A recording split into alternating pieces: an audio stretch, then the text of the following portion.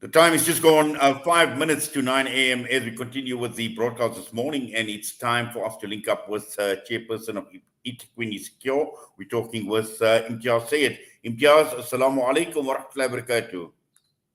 Assalamu wa rahmatullahi wa barakatuh.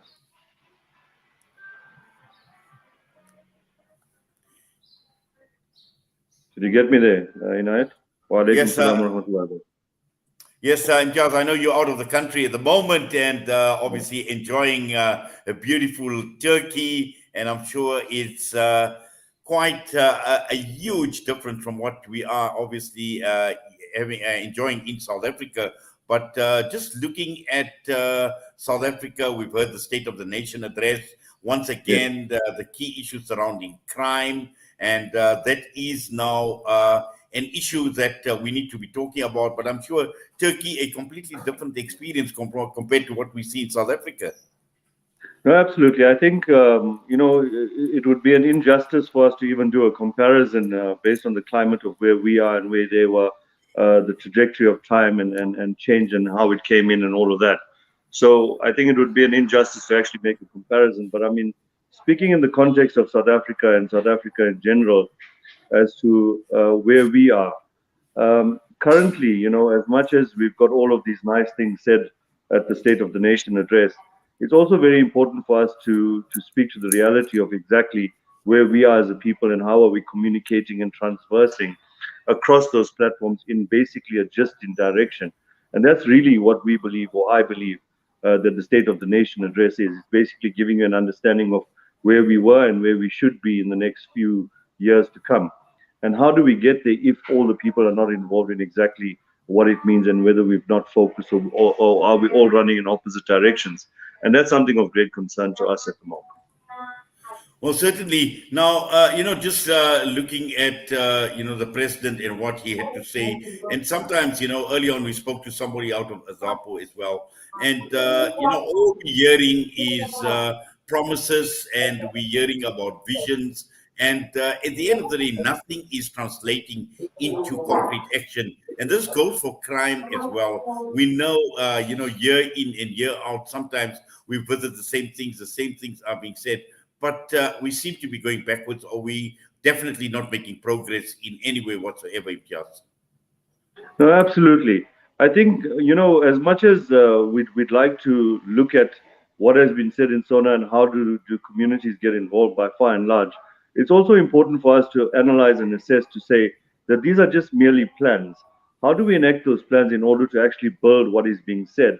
And that is by far and large, in no uncertain terms, non-existent in our country, wherein there are different facets of community that are now pulling at each other and basically trying to fight their way through a situation wherein we are not really speaking to crime itself, but we're speaking to each other, and how do we now start moving away from that and start getting into one movement or one action against crime. And a simple thing, for example, right now in any urban area or any metro, you can realistically, without any sense of consideration, speak to any community walking in an area and not being robbed.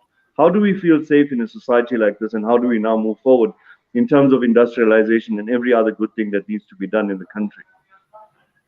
Well, certainly, Imtiaz. Now, Imtiaz, I know, you are in Turkey, and we don't want to obviously take too much of your time. I'm sure you've got a lot to do. You're going to be quite busy in Turkey at this point in time.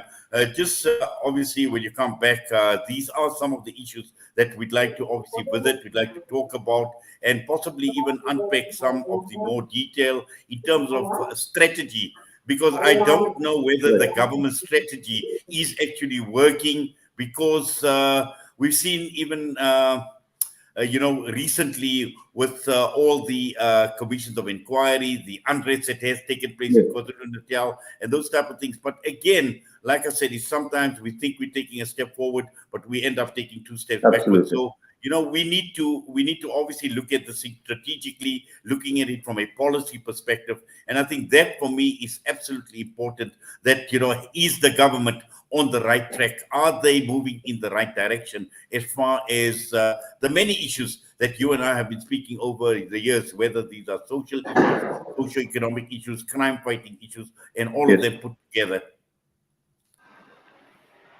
No, 100%. I mean, these things can't be divorced from each other. They're all interactive and they all need to be working together. But I think something very important to note, especially in the province of KZN, we're currently moving towards an entire restructuring of the community policing forums across 184 stations. And I think the timeline by which those CPF elective AGMs need to happen is by the end of March, which is basically next month. So with that being said, we're now moving into a different trajectory of saying that there needs to be change, something needs to be done. And I think there's a quite clear directive by the provincial commissioner to say that the CPFs no longer should be dysfunctional like they have been in the past, as much as we'd love to believe that there are some that are actually functional. But if there's no interaction across the trajectory of CPFs leading up to national level, then in fact, it's not really achieving anything. So I'm suggesting to all communities out there to go down to your local police station, find out when's the next AGM, and make sure that we have the right people in those platforms so that you can be recognized and you can be heard.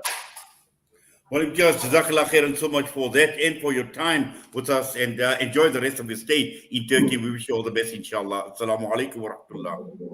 Wa alaikum salam wa rahmatullah. Imtiaz Syed joining us, and the time is just gone 3 minutes past 9. We're going to go for a news break. We'll be back.